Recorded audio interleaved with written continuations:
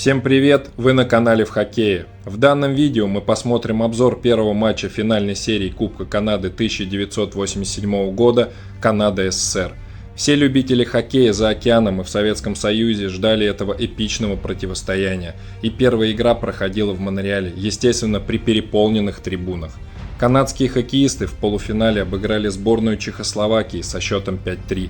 Советская сборная, в свою очередь, обыграла сборную Швеции 4-2. Состав сборной Канады на том турнире был составлен сплошь звездами, в том числе супер-пятерка Грецкий, Лемье, Месье, призащитников Бург и Кофи, являющиеся одними из лучших игроков в истории сборной Канады. А в воротах был вратарь самой сильной команды НХЛ на тот момент Эдмонтона, великолепный Грант Фюр. Только вдумайтесь, перед Кубком Канады из состава Кленовых Листьев были отцеплены Эл Маккинес, Стив Айзерман, Патрик Руа и еще несколько отличных игроков. Возглавлял ту сборную Канады Майк Киннон. Советская сборная была также очень сильна и привезла всех сильнейших игроков того времени во главе с величайшим Виктором Тихоновым. Первая пятерка Крутов, Ларионов, Макаров при поддержке защитников Фетисова и Касатонова, возможно, лучшее сочетание в истории хоккея. Владимир Крутов и Сергей Макаров на том турнире были в сумасшедшей форме и показывали нереальный хоккей. Лишь Сергея Светлова не досчиталась советская сборная, получившего травму перед финалом и забившего в групповом этапе в матчах этих команд 2 шайбы. Тогда встреча завершилась со счетом 3-3 и как бы намекала нам, что продолжение следует. Также в составе сборной СССР были Быков, Хомутов, Каменский, Симак, Гусаров, Стельнов, Кравчук, Семенов. В воротах же появился вратарь Челябинского Трактора Сергей Мыльников. Это была эпичная битва двух хоккейных сверхдержав перед распадом Советского Союза, подводящая черту под их противостоянием. Многие специалисты считают данный финал лучшим в истории хоккея. Здесь в том числе играли чуть ли не половина будущего Зала Славы. Не забудь подписаться, если любишь такие противостояния. Game one is underway and Bork fires it off the boards down into the Soviet zone. Fetisov back to get it, and as soon as he touches it, it's an icing goal against Team Canada. Канадцы в своем стиле выдали мощное начало и на второй минуте уже открыли счет. С передачи Рошфора и Марио Лемье шайбу забросил сильным щелчком Майк Гартнер.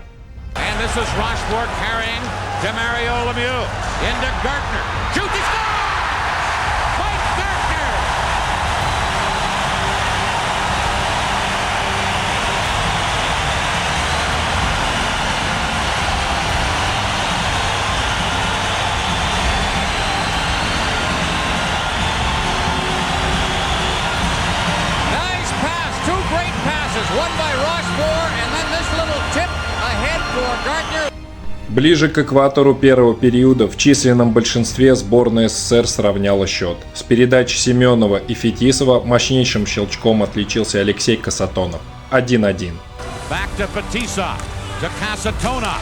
Shoots, he scores! Deflected on the way through. Kasatonov let it go, but it changed directions. This game is tied 1-1. Changed directions, I think, off Gilmore, who was the high man trying to block the shot. Here it comes as it comes to the point. Watch Gilmore move out towards the point. And as the shot comes in, I think it changed direction right there. I don't think the man in front of the net got a piece of it. I think it was the high man. Через 4 минуты сборная СССР также в большинстве забила свою вторую шайбу. Отличился Владимир Крутов с передач Фетисова и Макарова. 2-1. Get a stick on the pass. Here's Makarov to Fetisov. Shot. Fuhr the save. Rebound. Krutov scores. Krutov. 2 power play goals by the Soviets. And the Soviets take a 2-1 lead. Great moves at the goal mouth by Krutov off a rebound. He seemed to be covered, made the move close in, and then tucked it behind Grant Fuhr, who was playing out the top of the crease. The shot by Fetisov, the loose puck, and there it is. He just stick-handled around the goaltender. He had gotten behind Raymond Bork, the defenseman. There he is as Bork moves out. Bork can't get back, and he's got time to tuck it in. Под занавес первого периода сборная СССР отличилась уже в численном меньшинстве. Владимир Крутов с лета переправил шайбу на Сергея Макарова, а тот убежал как от стоячего от Рэя Бурка и в своем стиле легко переиграл Гранта Фюра. 3-1.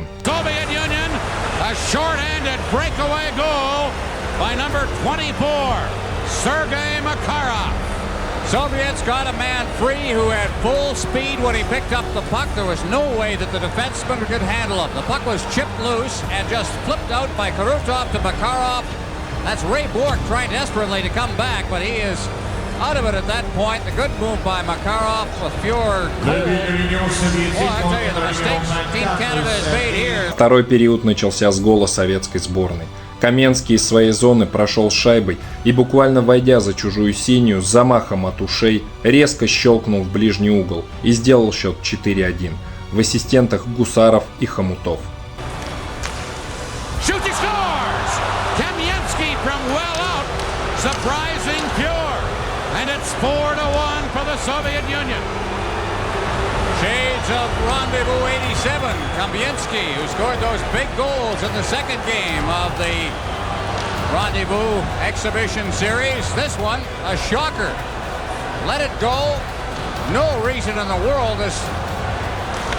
После этого от бессилия канадцы, как и всегда они делали раньше, начали хамить, а судьи смотреть на это сквозь пальцы. В этом моменте защитник Харсбург сильным ударом клюшкой приложился под спине из-под тишка Владимиру Крутову, которого увели в раздевалку при помощи персонала. За такие вещи Харсбурга нужно было выгонять до конца финальной серии. That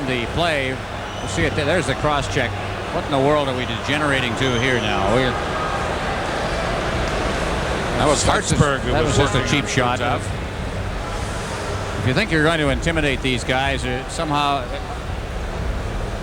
you just don't need to do this kind of thing.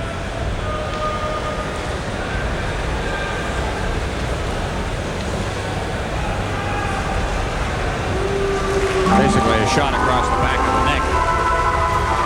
That was Krutov. Get it away from Fetisov. One-on-one against Casatona. Messier to Rossborough right in. Big save, Milnikov.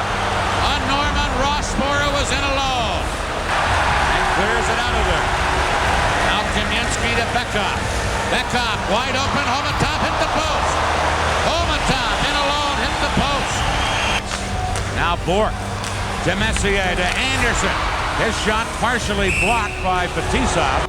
Под занавес второго периода Рэй Бург в большинстве сократил отставание канадцев. В ассистентах Грецкий и Лемье 4-2. Эта шайба в раздевалку дала почувствовать кровь канадцам.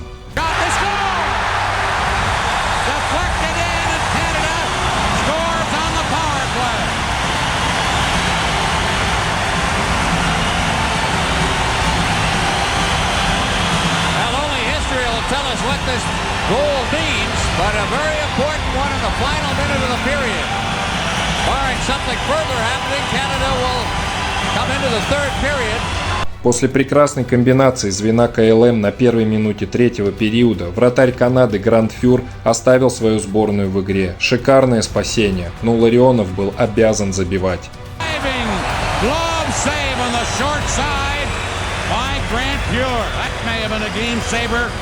Right there as Larionov made a couple of nifty moves. We said he has been practically invisible in this tournament. Watch this move though as he comes blowing by the defense. And then a great move, but smelling it out beautifully was Fuhr reaching back to take it right off his stick. That hardly looks like a guy that's got a bad knee/back.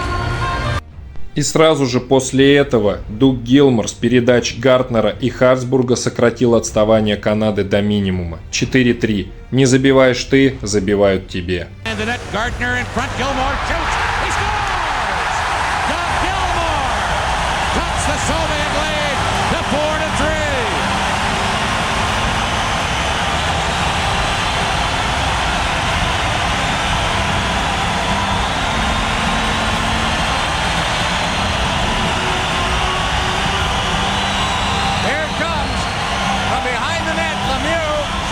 He gets tied up. Krutov losing it. Back to Bourque. Shoots Milnikov to his knees to stop that. And then look at that action in front of the net. Messier and Gusarov get their sticks up, and Messier is going to get a penalty. Now he's going to have to kill off a penalty. Spirited action. That's one way to describe it. Milnikov's down. Here comes the infamous elbow of Mark Messier. Gusarov Канадцы начали давить со страшной силой, и вскоре Месье сравнял счет, но эту шайбу отменили из-за того, что он забил ее коньком.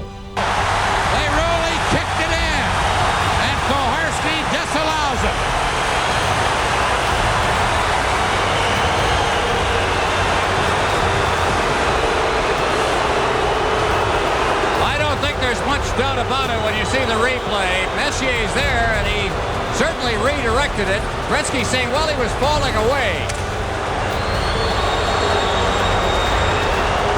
Young defenseman. Back to Coffey at the point. Coffey to Lemieux. Lemieux back to Coffey. Shooting glove save. Milnikov. And he held on to it. And then Messier gets knocked in the seat of his pants in front of the net. That was Gusarov who nailed Messier from behind after the whistle had gone.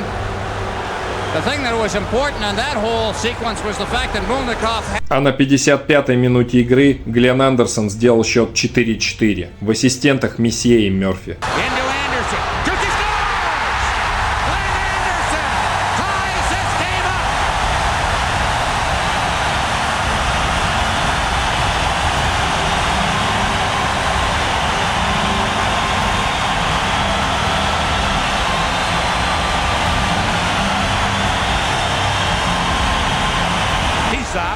Soviets clear it, and here's Larionov.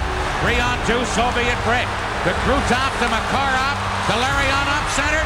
Pure diving! Через 2,5 минуты Уэйн Грецкий и вовсе вывел Канаду вперед. 5-4. В ассистентах Рэй Бург. Now Bork at the point. Shoots wide. Gretzky the rebound. He scores!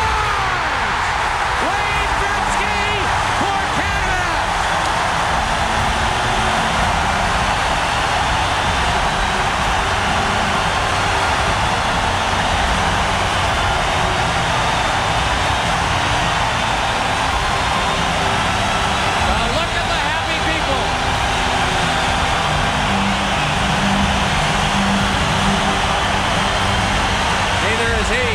Wayne Gretzky has that ability to be where the puck comes.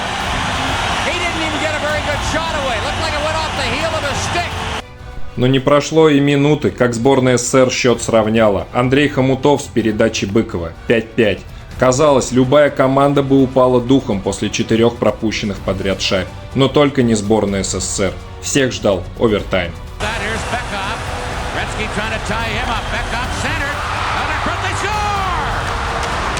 Soviets come back to tie this game up. A similar goal that Gretzky just scored on a pass out that was just tipped in, and I think it was Homatov without the helmet who got a stick on it. Well, either that or it hit him. There's a big traffic jam in front of the net now. Watch off to the right of the net as we look at it. Takes his man out. Semyonov trying to clear it. Bork held it in. Gets it to Lemieux. Now to Goulet. For Buchan. Center to Lemieux. Shoots. Oh, Milnikov got the left hand out in a flash there. And that's a game saver. Oh, that one was labeled too, but he didn't get the kind of wood he wanted on it. It wasn't a hard shot. A difficult shot to handle, of course, if you're not in position, but Milnikov was right there. A great play by Goulet. There's the shot. Gardner waiting for anything that might be left over. He knew where he was shooting it. May have liked to get it a little higher. Face off deep in the Soviets. А через 5 минут после начала овертайма динамовская тройка сборной СССР соорудила победную шайбу. С передач Семенова и Ломакина отличился Александр Симак. Счет финальной серии до 2 побед стал 1-0 в пользу СССР. Мир ждал нового представления. Не зря эта финальная серия считается лучшим хоккеем за всю историю. А какой матч вы считаете самым великим? Пишите в комментарии и подписывайтесь на канал. До свидания. Batisa into center ice. To Lomakin. Semyonov to Semak. He scores! Semak into the top corner. And the Soviets win in overtime. 6-5. Alexander Semak with the winning goal. What a great shot by Semak. Picking the top corner on the glove side, but a great play coming out the strength of Fetisov, and then he looked one way, gave the pass the other. Now Semak will get the pass over the line. They just slip it through, and here's the shot. Right off the crossbar and in to end what has been just a classic hockey game. Semak, who's normally a center, moved to right wing because of the injury to Svetlov, and he proves to be the hero of the night for the Soviets. Semyonov with that play in his skates as he seemed to corral the puck beautifully and then give it to Semak. Boy, what a shot, though. Just nothing that Fuhr could do at all. Hate to see a team lose. The Soviets have won this one, but this series is far from being over. Team Canada plays a full 60 minutes like they played the final 30 minutes of regulation time in the first 5 minutes of this, and they can beat the Soviets on most nights.